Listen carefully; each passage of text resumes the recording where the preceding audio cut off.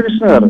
రఘురామరాజు గారు, విజయసాయి రెడ్డి గారు రాజీనామా చేసిన తీరు, చేయడానికి వచ్చిన పరిస్థితులు కానీ, ఇవాళ ఉదయం ఆయన మాట్లాడుతూ అంతా నిజమే చెబుతాను అని చెప్పిన మాటలు కానీ, అది వీటి మీద మీ విశ్లేషణ, మీ రియాక్షన్ ఏంటి?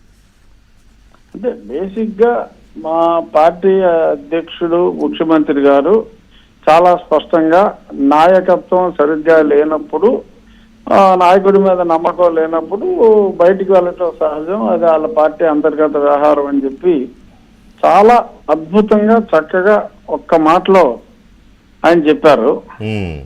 సో మీరు స్పెసిఫిక్ ఏదైనా అడిగితే బ్రాడ్ గా మా అభిప్రాయం అయితే అది నాయకత్వ లోపం.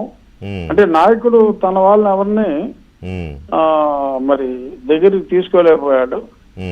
నేను అతనిలో నాయకత్వ లక్షణం లేదు, నియంత్రిత పోకడ తప్ప అని 6 నెలల్లో అర్థం చేసుకున్నా. మరి సాయిరెడ్డి గారికి కొంచెం 6 సంవత్సరాలు ఇంటూ 2 12 సంవత్సరాలు పట్టింది. అంటే సాయిరెడ్డి గారికి ఇప్పుడు ఆయనకు నాయకత్వ లక్షణాలు లేవని ఇప్పుడు అర్థమైందా, లేకపోతే శృతిమించిపోయింది అని చెప్పి తన స్కిన్ సేవ్ చేసుకోవడం కోసం తనను తాను సేవ్ చేసుకోవడం బయటకు వచ్చాడు అనుకుంటున్నారా మీరు? అంటే తనను తాను సేవ్ చేసుకోవటం అనేది అది కరెక్ట్ కాకపోవచ్చేమో వెంకటకృష్ణ గారు. ఎందుకంటే ఆ కేసుల్లో అదే 11 ఎన్నో ఉన్నాయి కదా కేసులు. ఆ 11 కేసుల్లో ఆయన ఎలాగో ఉన్నారు. సో సేవ్ చేసుకుంటాం అంటే suppose if you becomes an approver, suppose ఆయన అప్రూవర్ అయితే, ఎందుకంటే he is not at all the beneficiary, that is very clear. Is there professional auditor at one time who has become is the party man also subsequently. అందులో financial గా ఈయనకి కలిసి వచ్చింది ఉండకపోవచ్చు, but as a part of that కాన్స్పిరసీలో ఆయన ఉన్నారు అన్నది ఆ అభియోగం. ఆ కేసులు ఎలాగూ పోవు అన్నది హి బికమ్స్ అన్ అప్రూవర్. మరి అది ఆయన అప్రూవర్ గా మారరా అన్నది అది మనం చెప్పలేము. ఎందుకంటే జగన్మోహన్ రెడ్డి గారు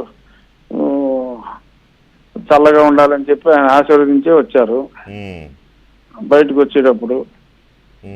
సో మరి ఆయన అప్రూవర్ అవుతారా అవరా అన్నది పక్కన పెడితే ఫైనాన్షియల్ బెనిఫిట్ ఈయనకి లేదు అనేది it's more or less clear. ఆయన ఒక చార్టర్డ్ అకౌంటెంట్ గా తనను చేరదీసిన రాజారెడ్డి గారికో, ఆ తర్వాత రాజశేఖర రెడ్డి గారికో కించిత్ విశ్వాసం ఉండి జగన్మోహన్ రెడ్డి గారికి కూడా ఆయన సర్వీసెస్ అందజేయటంలో మరి అతను తప్పులు చేయటం, ఆ తప్పుల్లో ఈయన భాగస్వామి అవటం, కేసుల్లో ఈయన కూడా ఉండటం, ఏదైనా బెనిఫిట్ ఏమీ లేకుండా కేసుల్లో పాలు పంచుకోవాలంటే కొంచెం ఇబ్బంది ఉంటుంది కదా.